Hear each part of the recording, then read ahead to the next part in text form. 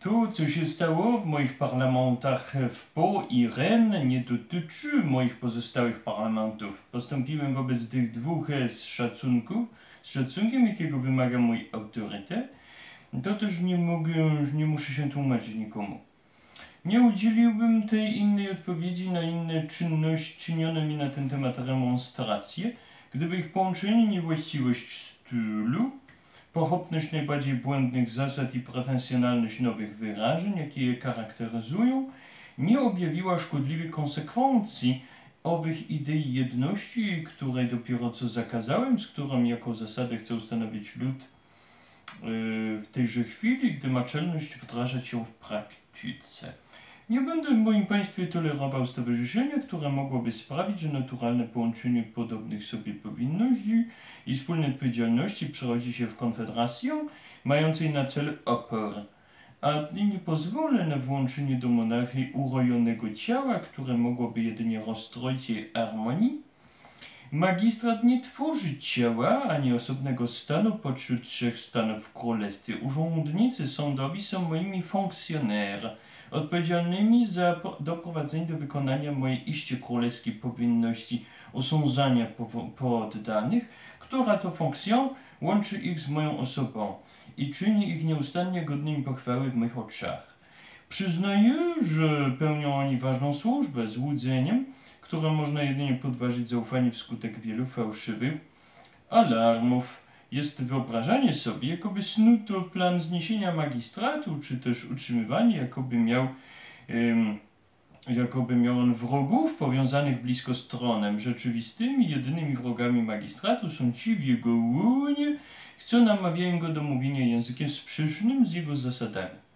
Ci, którzy doprowadzają do tego, by głosił on, iż wszystkie parlamenty są razem jednym i tym samym ciałem, tylko podzielone na różne klasy, iż ciało to z konieczności niepodzielne, swoją istotą i podstawą monarchii jest i że jest siedzibą, trybunałem, orędownikiem narodu, że jest obrońcą i głównym depozytariuszem swobody, interesów i praw narodu i że jest odpowiedzialny przed narodem za to powiernictwo i że zbrodnią byłoby go zaniechać i że jest odpowiedzialny ze wszystkim, co się tyczy dobra publik, nie tylko przed królem, ale też przed samym narodem, że jest sędzią pomiędzy królem i jego ludem, iż jako obopólny opiekun zachowuje on równowagę balans w rządzie, represjonując zarówno zbytnie swobody, jak i nadużycie władzy. Że parlamenty współpracują z najwyższą władzą w stanowieniu praw, iż mogą czasem w zamach swoich pełnomocnic zwolnić same z siebie zobowiązujące praw i legalnie uznać je za nieważne. Iż muszą stawiać nieprzebyte bariery wobec postanowień, które przypiszą władzy despotycznej, które uznają za akty nielegalne, jak również wobec zarządzeń, które określą jako zaskakujące, oraz że w razie zaistnienia konfliktu między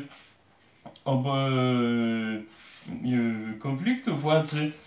obowiązkiem ich jest rezygnować z funkcji i złożyć urzędy, nawet wówczas, gdy ich rezygnacja nie zostanie przyjęta. Próba uczynienia zasad tak zgubnych innowacji jest obrazą sądownictwa, zaprzeczeniem jego instytucjonalnej pozycji, zdradą jego interesów i lekceważeniem fundamentalnych praw państwa. Jakby ktoś mógł zapomnieć, że władza najwyższa skupia się jedynie w mojej osobie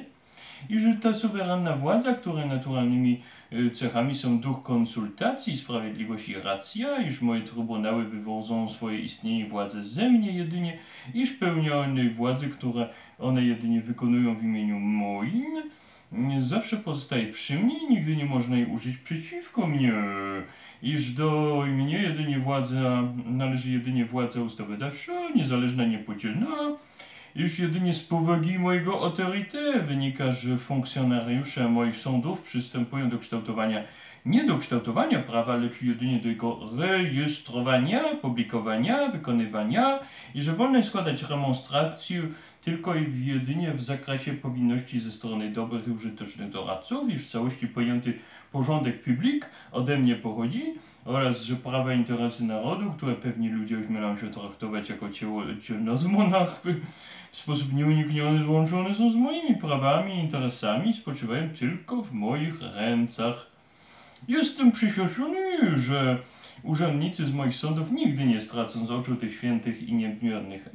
maksym wyrytych w sercach wszystkich wiernych poddanych i że wyprą się owych obcych idei, owego ducha niezależności i owych błędów, których konsekwencje będą potrafili przewidywać jedynie pod strach.